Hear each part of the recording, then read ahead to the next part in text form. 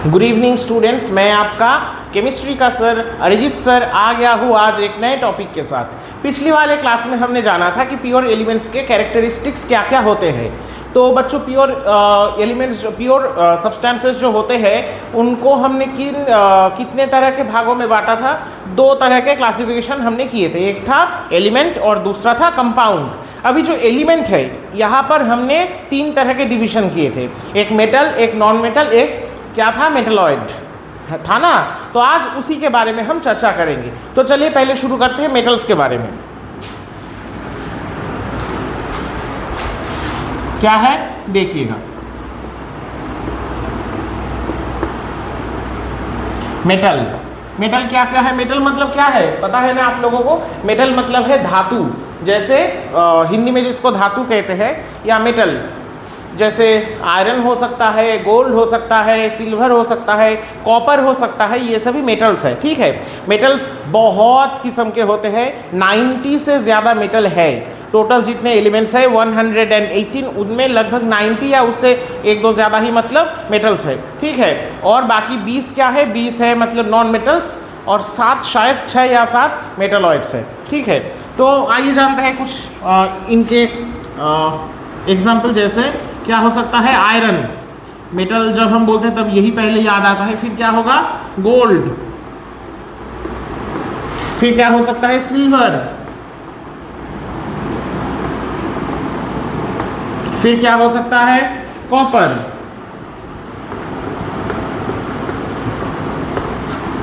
फिर क्या होगा?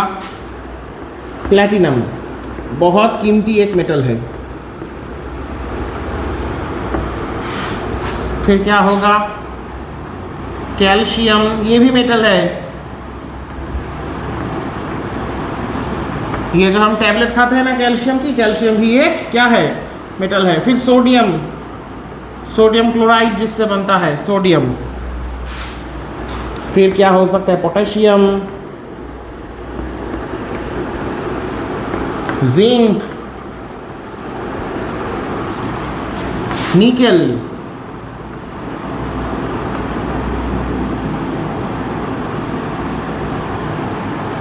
कोबाल्ट,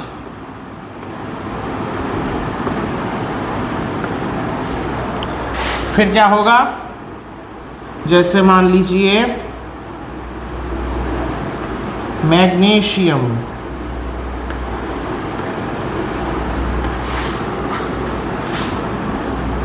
मैंगनीज हो सकता है,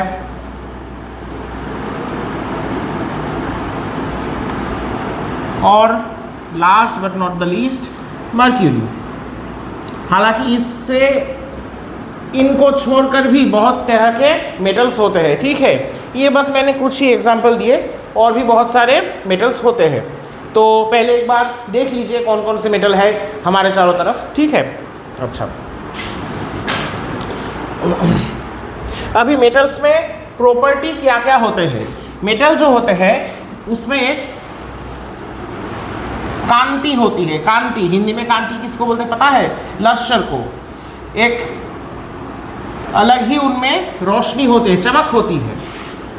तो ये जो चमक है जिसको हम इंग्लिश में लश्कर बोलते हैं, ये मेटल्स में ही दिखे जाते हैं। चमकीला होता है मेटल्स, जो कि नॉन मेटल्स आमतौर पर तो नहीं होते। ठीक है, और क्या है? और जैसे कि मेटल्स जो है वो ज़्यादातर ठोस होते हैं, सॉलिड होते हैं। सारे मेटल्स वो सॉलिड है, बस एक मेटल को छोड़ करके, और वो क्या है? वो है मरकरी, मतलब जिसको हिंदी में बोलते हैं पारा, जो कि थर्मोमीटर में यूज़ होता है। एक सिल्वर कलर का होता है ना थर्मोमीटर के बल्ब में, वो लिक्विड होता है रूम टेम्परेचर में। वो ऐसा एकमात्र मेटल है जो कि लिक्विड फॉर्म में रहता है। तो ये ध्यान रखिएगा, ये न्यूमेरिकल्स में आ सकता है, बहुत इंपॉर्टेंट है कि the only one liquid metal in the room temperature that is mercury. Okay, अच्छा और क्या होता है?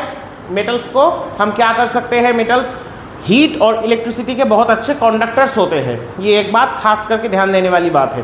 ठीक है, और क्या है? वो उनको हम मेटल्स को हम पीट करके पतला शीट जैसा बना सकते हैं, छोटे लंबे तार जैसा बना सकते हैं, और उनमें अगर हम मारे मतलब बीट किए तो एक मेटालिक डीप रिंगिंग साउंड निकलेगा। ठीक है, ये है मेटल्स के मतलब फिजिकल प्रॉपर्टीज़। और केमिकल प्रॉपर्टीज़ और भी है, जैसे मेटल्स जनरली एसिड के साथ रिएक्शन करते हैं और हाइड्रोजन गैस जनरेट करते हैं। हालांकि उतना अभी आप लोगों को नहीं चाहिए, भूल जाइए, वो जो मैंने बोला वही याद रखिए, ठीक है। अब आते हैं नॉन मेटल्स पे।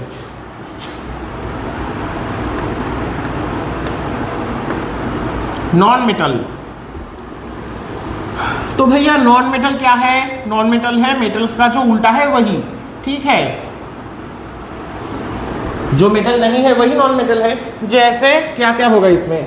ऑक्सीजन होगा, हाइड्रोजन होगा,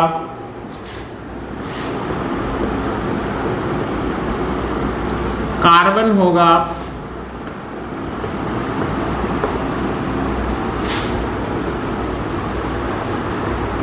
क्लोरीन होगा, नाइट्रोजन,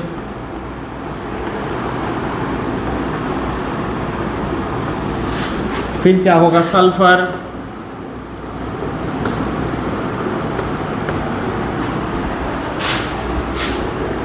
ब्रोमीन, बहुत तरह के हैं, 20 प्रकार के हैं। तो इतना याद रखिए तो चल जाएगा काम, ठीक है।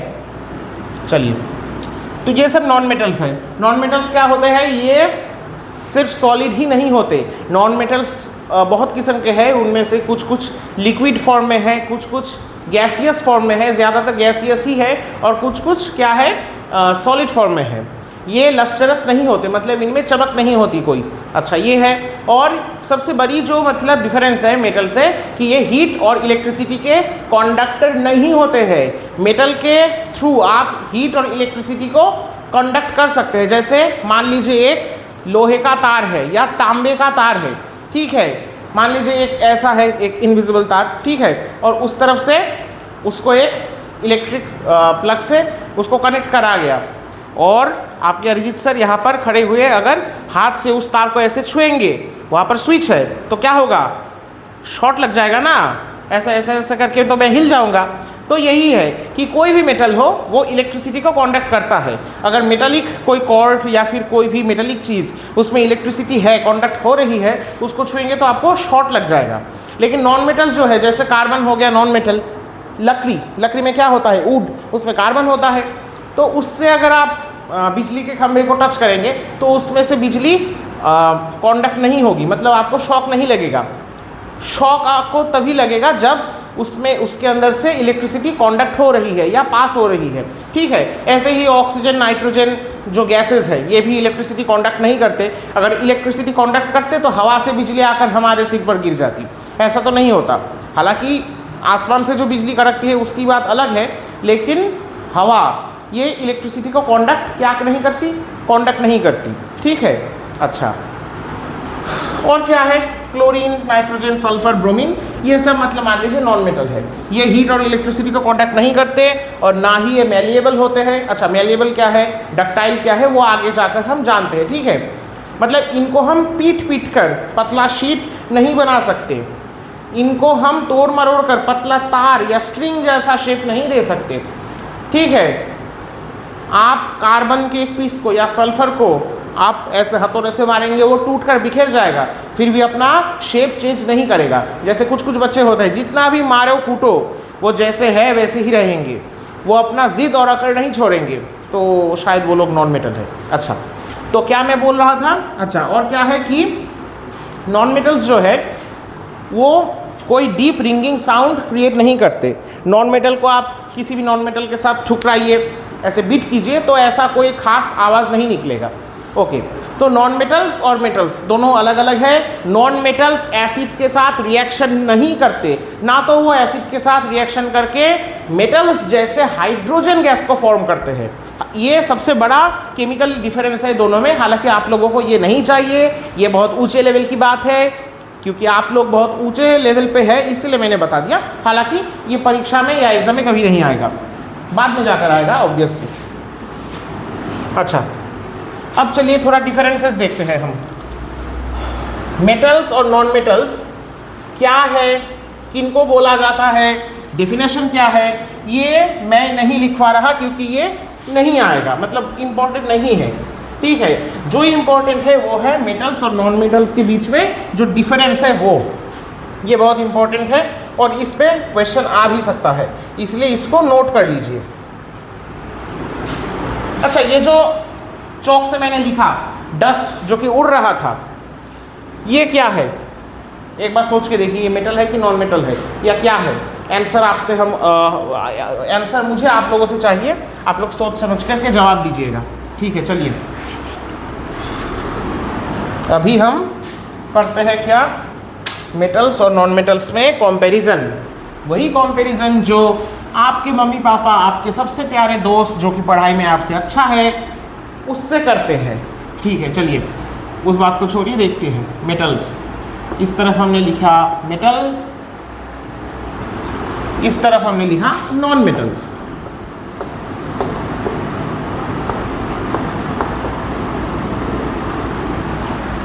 तो बीच में एक दीवार खड़ी करनी होगी ऐसे।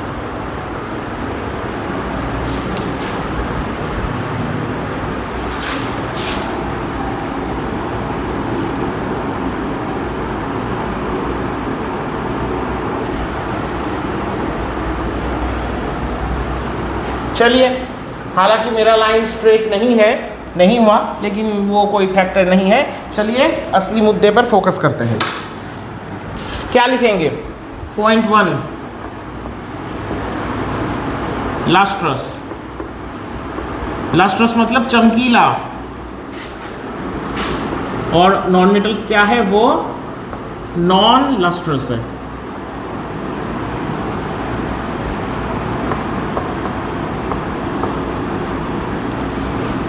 ये चमकीला भाव आप लोगों ने देखा है मेटल्स में? एक बहुत अच्छा चमकीला मेटल है जो मैं दावे के साथ कह सकता हूँ कि आप लोगों के सभी के घर में है, आपकी मम्मियाँ पहनती है। क्या है वो? गोल्ड। ठीक है, गोल्ड जो है वो एक मेटल है और वो बहुत चमकीला है, पीला है और बहुत सुंदर भी है, बहुत कॉस्टली भी है। तो सिल्वर हो या जैसे कॉपर हो, गोल्ड हो, सभी चमकीले हैं। तो जनरली मेटल्स लस्ट्रस होते हैं, मतलब चमकीले होते हैं। जो चमक आपको नॉन मेटल्स में नहीं दिखेगा। जैसा चमक इसमें है, सोने में है, वैसा चमक आपको कोयले में कतई नहीं दिखेगा। जो अच्छा बच्चा है वो ऐसे ही चमकता है, सोने जैसा। अच्छा, नॉन मेटल्स कभी कभी लस्ट्रस हो सकते हैं, बात को ध्यान में रखिए। जैसे एक नॉन मेटल है कार्बन। कार्बन क्या है? कार्बन नॉन मेटल है ऑब्वियसली, है ना, लेकिन वो कार्बन ही, उसके बहुत सारे फॉर्म्स होते हैं। जैसे कार्बन जब क्रिस्टल बन जाता है तब क्या फॉर्म करता है? डायमंड, हीरा, जो अंगूठियाँ देते हैं ना सभी एक दूसरे के हस्बैंड या वाइफ को। अच्छा, तो वो जो डायमंड है बहुत कीमती है, बेशकीमती है, लेकिन वो कोई मेटल नहीं है। ठीक है, हालांकि सोने से भी ज़्यादा कीमती है, लेकिन है वही कार्बन जो कि कोयले में होता है। ठीक है, तो वो कार्बन का क्रिस्टल है, बहुत चमकीला है, लेकिन मेटल नहीं है। पहली बात। पेंसिल, पेंसिल का जो नीब होता है ना, मतलब पेंसिल का जो, सॉरी नीब नहीं, पेंसिल का जो मतलब आगे का हिस्सा होता है जिससे हम लिखते हैं, काला वाला जो हिस्सा, नुकीला, वो ग्राफाइट है। वो ग्राफाइट भी बस कार्बन ही है और कुछ नहीं है, वो भी चमक तो है उसमें भी। ठीक है, तो ये हर समय मैंडेटरी नहीं है कि वो नॉन मेटल, सारे नॉन मेटल्स लस्ट्रस नहीं हो, कुछ कुछ हो सकते हैं लेकिन बहुत कम, वो एक्सेप्शंस हैं। अच्छा, दूसरा पॉइंट क्या होगा फिर? जो सबसे बड़ा डिफरेंस है मेटल्स और नॉन मेटल्स में, गुड कंडक्टर। ये कंडक्टर बस का कंडक्टर नहीं है, हीट और इलेक्ट्रिसिटी का कंडक्टर है।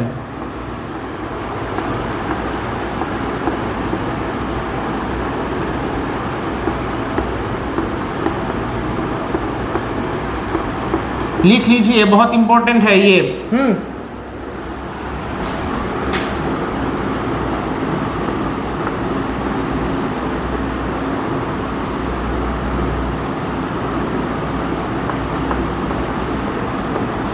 Do not conduct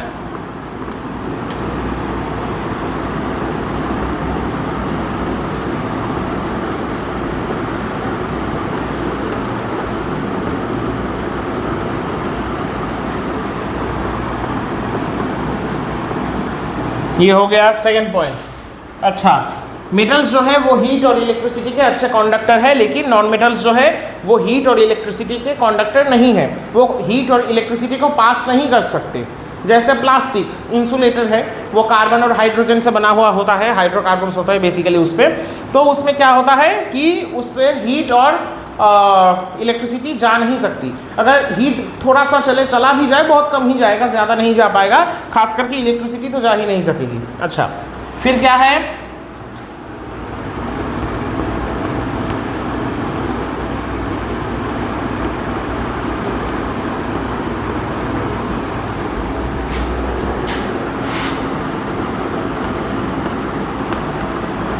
ये सोनोरस क्या होता है?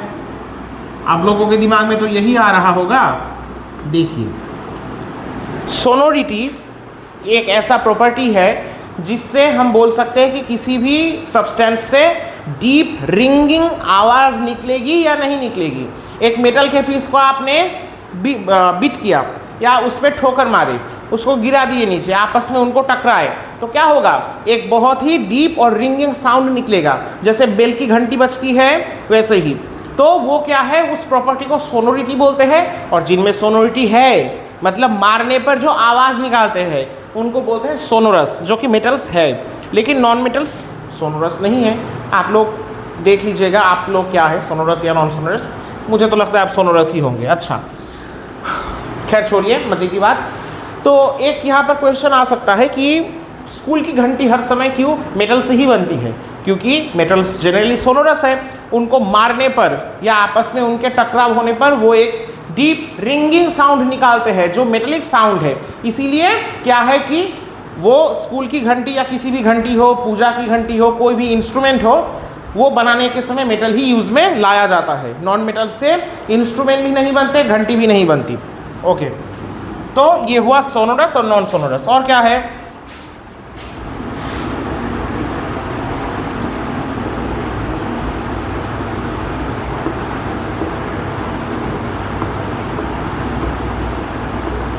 मैलिएबल। ये क्या होगा, नॉन मैलिएबल।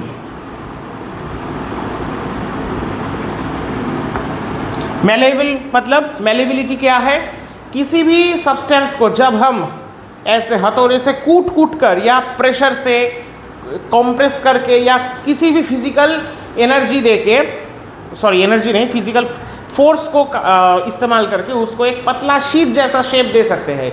मतलब जो भी सब्सटेंस तोड़ने मरोड़ने पर पतला शीट जैसा बन जाता है, उन सब्सटेंसेस को हम लोग क्या बोलते हैं, मैलिएबल। और ये जो प्रॉपर्टी है कि तोड़ने मरोड़ने पर, प्रेशर डालने पर, हथौड़े से कूटने पर ये जो पतला शीट जैसा फैल जाना, इस प्रॉपर्टी को मैलिएबिलिटी बोला जाता है। स्पेलिंग ध्यान से देखिएगा, तो सारे मेटल्स जो है वो मैलिएबल होते हैं। इसीलिए एल्यूमिनियम जो है, ये एक मेटल है, मैंने वहाँ पर नहीं लिखा था, सॉरी, लेकिन एल्यूमिनियम एक मेटल है। एल्यूमिनियम को हम पीट के पतला शीट बनाते हैं और खाना गर्म रखने के लिए या अच्छा रखने के लिए कभी कभार इस्तेमाल कर सकते हैं, करते भी है, ठीक है। गोल्ड का क्या होता है, पतला शीट बनता है, ठीक है। फिर सिल्वर हो, गोल्ड हो, आयरन हो, कॉपर हो, सभी का ऐसे पतले पतले शीट बनते हैं। वो हथौड़े से पीटने पर या बहुत प्रेशर डालने पर, कुटाई करने पर वो पतले शीट जैसे बन जाते हैं, पतले हो जाते हैं कुटाई करने पर, ठीक है। लेकिन टूटते नहीं, मेटल्स जो है वो कभी टूटते नहीं, भले ही अपना शेप बिगाड़ ले, लेकिन टूटेंगे नहीं। बहुत सख्त लौंडे हैं, इसलिए नहीं टूटते, अपने शेप को ही ठीक कर लेते हैं। तो ये मैलिएबल है। अच्छा, जितने भी गहने बनते हैं सोने या चांदी से, वो कैसे बनते हैं, उनको पीट कर कूट कर पतला शीट बनाया जाता है या तार जैसा बनाया जाता है, फिर उससे डिज़ाइन बनते हैं, फिर जाकर एक नेकलेस या फिर एक बाजू का एक मतलब एक चूड़ी या फिर क्या कान का रिंग, ईयर रिंग, नथुनी, ये सब बनते हैं, ठीक है। अगर गोल्ड या सिल्वर मैलिएबल नहीं होते तो उनसे ना तो पैर की पायल बनती, ना तो गले का नेकलेस बनता। अच्छा, जैसे कि सभी नॉन मेटल्स नॉन मैलिएबल है। अच्छा, फिर क्या होता है, एक और पॉइंट, डक्टाइल। ये क्या हुआ, डक्टाइल, यहाँ पर डक बत्तख कहाँ से आया, ये बत्तख नहीं है, ये क्या है, ये भी एक प्रॉपर्टी है मेटल्स का, बोलते हैं चलिए नॉन डक्टाइल।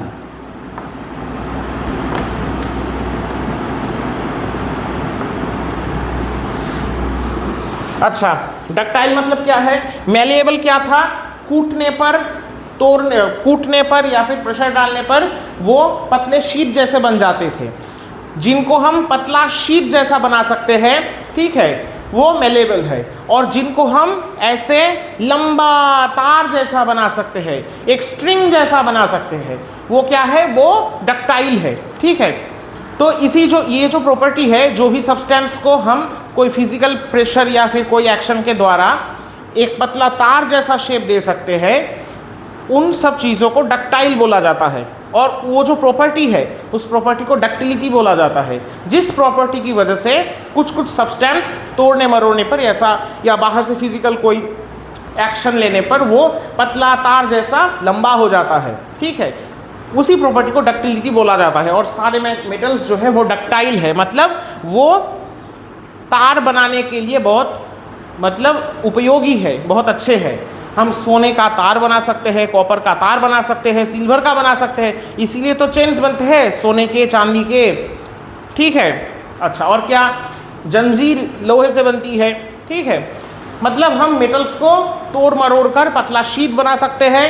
ये क्या हुआ? ये मैलिएबल, और चाहे तो पतला तार जैसा या स्ट्रिंग जैसा बना सकते हैं। ये क्या हुआ? डक्टिलिटी या डक्टाइल।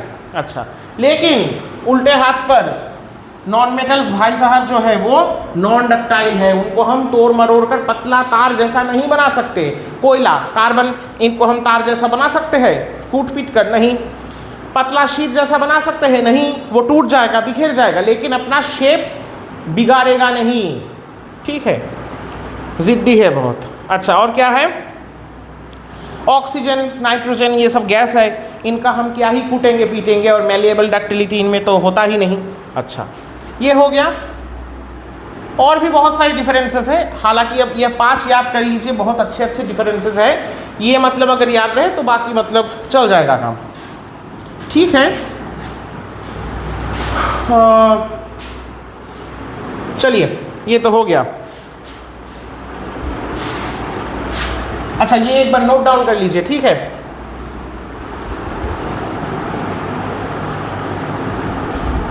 चलिए, हम लोगों ने जाना कि मेटल्स और नॉन मेटल्स के बीच में क्या डिफरेंसेस हैं, उनके अलग अलग प्रॉपर्टीज़ क्या है। अभी एक बात बताइए, मेटल्स के तो कुछ स्पेसिफिक प्रॉपर्टीज़ है, और नॉन मेटल्स के भी कुछ कुछ अलग अलग प्रॉपर्टीज़ है। तो इन दोनों के प्रॉपर्टीज़ के बीच में जिनका प्रॉपर्टी है, मतलब जो एलिमेंट्स ना तो पूरी तरह से मेटल है, ना तो पूरी तरह से नॉन मेटल है, बीच में जो रहते हैं, उनको हम क्या बोल सकते हैं? उनको हम बोल सकते हैं मेटलॉइड्स। ध्यान दीजिए, जैसे कि मैंने बताया कि मेटल्स और नॉन मेटल्स के बीच में जो डिफरेंस है वो बहुत इंपॉर्टेंट है, ऐसे ही मेटलॉइड्स में क्या इंपॉर्टेंट है बच्चों? इसका डेफिनेशन और इसके एग्जाम्पल, वो इंपॉर्टेंट है सबसे ज़्यादा। मेटलॉइड्स मतलब जो कि अर्ध धातु है, सेमी मेटल भी कहा जाता है इन लोगों को, पूरी तरह से मेटल भी नहीं है, पूरी तरह से नॉन मेटल भी नहीं है, न घर का न घाट का, ठीक है। तो आइए पहले डेफिनेशन लिख लेते हैं, फिर समझते हैं।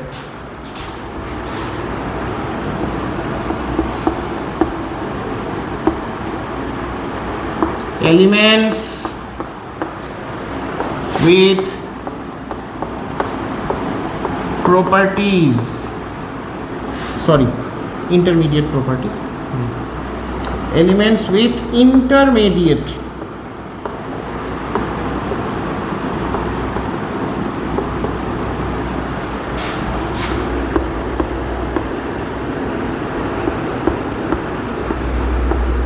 intermediate properties between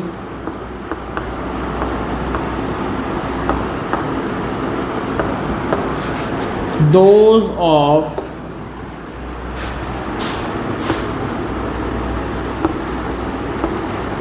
metals and non-metals, obviously,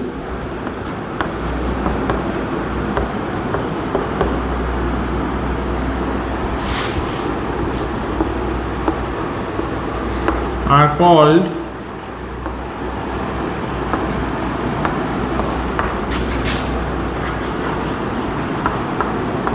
metalloids. ठीक है, तो मेटलॉइड्स हम किनको बोलते हैं? Elements with intermediate properties, elements जिनके प्रॉपर्टीज इंटरमीडिएट है। इंटरमीडिएट मतलब बीच वाले, ठीक है, मध्यवर्ती। प्रॉपर्टी मतलब गुणवत्ता, स्वभाव। जिन एलिमेंट्स के प्रॉपर्टीज या स्वभाव मेटल्स और नॉन मेटल्स के बीच में रहने वाले होते हैं, उन्हें हम मेटलॉइड्स बोलते हैं। मतलब कुछ प्रॉपर्टीज मेटल से मैच करेंगे, कुछ प्रॉपर्टीज नॉन मेटल से मैच करेंगे। उनमें मेटल्स के कुछ कैरेक्टरिस्टिक्स दिखने को मिलेगा, नॉन मेटल्स के भी कुछ कैरेक्टरिस्टिक्स दिखने को मिलेंगे। मतलब कुछ हद तक तो बोल सकते हैं कि मेटल है, कुछ हद तक बोल सकते हैं कि नॉन मेटल है। ना तो पूरी तरह से मेटल है, ना तो पूरी तरह से नॉन मेटल है, बीच वाले हैं, ये मेटलॉइड्स कहलाते हैं। ठीक है, ना पूरी तरह से मेटल, ना पूरी तरह से नॉन मेटल। इस बात को खोपड़ी में घुसा लीजिए, तब ये बहुत आसानी से याद रहेगा। ठीक है, ये जो डेफिनेशन मैंने लिखवाया, जैसे लिखवाया है वैसे ही लिखिए, क्योंकि डेफिनेशन में आप कोई चेंज नहीं ला सकते। कुछ हद तक तो लिख सकते हैं, लेकिन मुझे पता है आप लोगों को खुद से अगर लिखने को दे तो कबाड़ा कर देंगे। ठीक है, इसलिए डेफिनेशन जो है वो अच्छी तरह से मेमोराइज कर लीजिए। हालांकि कुछ कुछ बच्चे वो लिख सकते हैं, आप लोगों में काबिलियत है, लेकिन रिस्क कौन लेता है? जो है वो मेमोराइज कर लीजिए और समझिए, बात को समझिए।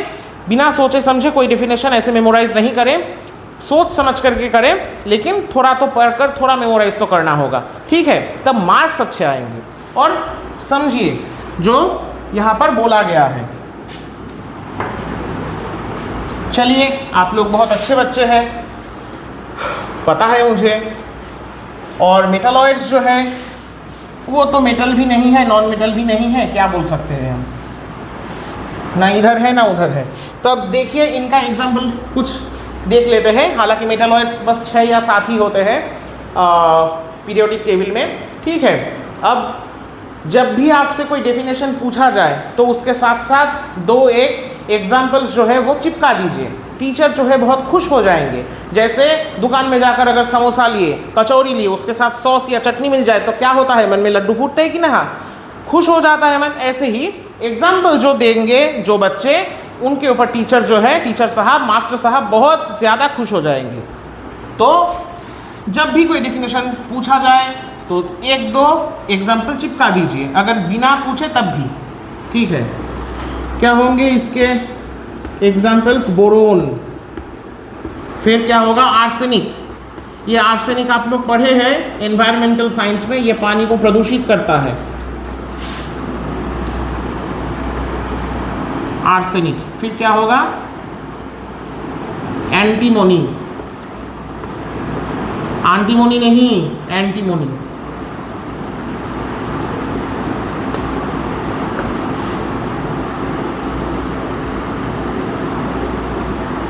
फिर क्या होगा? सिलिकॉन। ये सिलिकॉन रेत में होता है और बहुत सारे मतलब इलेक्ट्रिक पार्ट्स बनाने में भी इसका इस्तेमाल होता है। फिर क्या होगा? जर्मेनियम।